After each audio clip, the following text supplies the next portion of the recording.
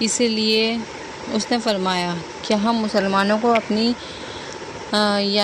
اطاعت شعاروں اور فرما برداروں کو مجرموں جیسا ٹھہرائیں گے۔ تمہیں کیا ہو گیا ہے؟ تم کیسے فیصلے کر رہے ہو؟ دوسری جگہ فرمایا، کیا ہم ایمان لانے والوں اور نیک عمل کرنے والوں کو زمین میں فساد مچانے والوں جیسا ٹھہرائیں گے، یا کیا ہم پرہیزگاروں کو بدکاروں جیسا قرار دیں گے؟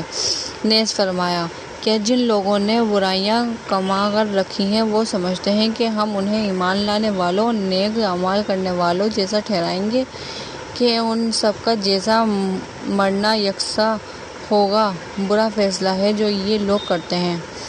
جہاں تک عقلی استنباط کا معاملہ ہے تو اللہ نے اس کی تردید فرمائی کہ کیا تمہاری پیدائش زیادہ سخت ہے یا آسمان کی؟ نیز فرمایا، کیا انہیں یہ دکھائی نہیں پڑتا کہ جس اللہ نے آسمان و زمین کو پیدا کیا ہے اور انہیں پیدا کر کے نہیں تھکا، وہ اس پر بھی قادر ہے کہ مردوں کو زندہ کر دیں؟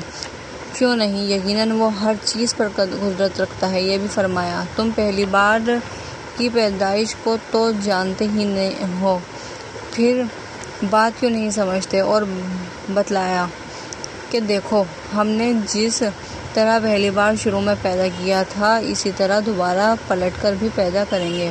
ہمارے ذمہ یہ وعدہ ہے اور ہم اسے کر کے رہیں گے۔